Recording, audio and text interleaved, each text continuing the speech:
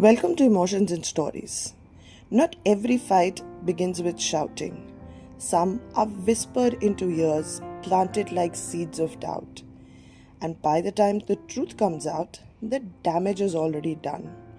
Let's begin at today's story about games of mother-in-law. In the heart of Bhopal stood a sprawling Dwivedi villa, ruled not by its patriarch but by the iron will of Kamla Dwivedi, the matriarch. Elegant in public, cunning in private, Kamla thrived on control of her sons, her servants, and especially her bahus. Her two sons, Rajat and Vivek, had recently gotten married.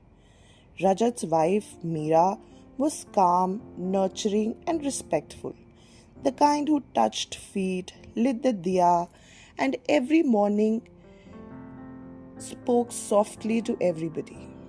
Vivek's wife, Sanya, was ambitious, outspoken, and smart, a woman with a job in finance and no patience for fake pleasantries.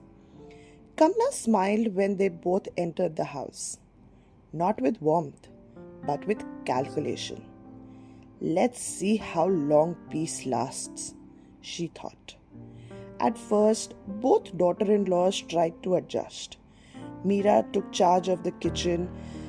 Sanya handled bills and errands. They had different styles but mutual respect for each other. Kamla didn't like it. She began planting poison subtly. To Meera, she would say, "Sanya doesn't believe in traditions. The other day she said Karwa Chauth is aggressive. How shameful." To Sanya, she would quietly say, "Meera keeps acting like she's the only good bahu. Yesterday she said working women neglect their homes." Whispers turned into glares, glares into snid remarks. Soon the cracks began to show. Meera accused Sanya of being arrogant. Sanya mocked Meera for being a doormat.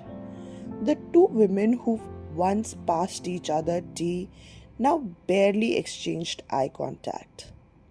Kamla watched from the shadows, smiling, her throne unshaken, her power intact.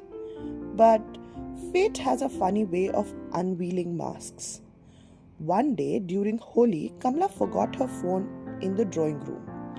A message popped up from her friend.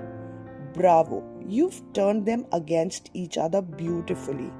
Your sons are lucky to have you in control." Sanya saw it first. Meera walked in moments later. Both stared at the message and then at each other. The silence between them wasn't awkward. It was awakening. Everything started making sense. The comments, the misunderstandings, the tensions. They didn't speak much that day. But the next morning, they did something Kamla hadn't expected. They talked. Really talked. They compared notes, shared incidents, and slowly realized how they both had been pawns in Kamla's game. And then came the quiet rebellion. They stopped reacting. They stopped competing. They worked together, smiling when Kamla tried her tricks and never giving her the satisfaction of a reaction. At family gatherings, they stood together. When one cooked, the other served. When Kamla made jabs, they laughed it off, united, unbothered. Kamla finally started to lose control. Her sons, noticing the harmony between the wives, began making decisions without Kamla Devi. The household didn't revolve around her anymore. The queen had been dethroned, not with war but with sisterhood. Sometimes the real villain wears a smile and blesses you with both hands. And when women stop fighting each other and start understanding one another, even the strongest manipulators lose their power. I hope you enjoyed today's story. Do let us know in the comments below what you think about it. Thank you.